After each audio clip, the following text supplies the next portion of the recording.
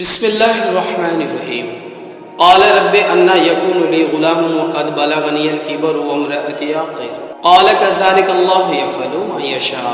زکریا نے کہا پروردگار بھلا میرے ہاں لڑکا کہاں سے ہوگا، میں تو بہت بوڑھا ہو چکا ہوں اور میری بیوی بانجھ ہے۔ جواب ملا ایسا ہی ہوگا، اللہ جو چاہتا ہے کرتا ہے۔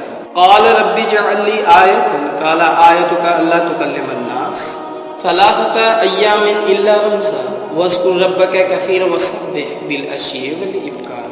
عرض کیا مالک پھر کوئی نشانی میرے لیے مقرر فرما دے۔ کہا نشانی یہ ہے کہ تم 3 دن تک لوگوں سے اشارے کے سوا کوئی بات چیت نہ کرو گے یا نہ کر سکو گے۔ اس دوران میں اپنے رب کو بہت یاد کرنا اور صبح و شام اس کی تسبیح کرتے رہنا۔ وَإِذْ قَالَتِ الْمَلَائِكَةُ يَا مَرْيَمُ إِنَّ اللَّهَ اصْطَفَاكِ وَطَهَّرَكِ وَاصْطَفَاكِ عَلَى النِّسَاءِ الْعَالَمِينَ۔ پھر وہ وقت آیا جب مریم علیہ السلام سے فرشتوں نے آ کر کہا اے مریم اللہ نے تجھے برگزیدہ کیا اور پاکیزگی عطا کی اور تمام دنیا کی عورتوں پر تجھ کو ترجیح دے کر اپنی خدمت کے لیے چن لیا۔ یا مریم قنوتی لربک واسجدی وارکعی مع الراکعین۔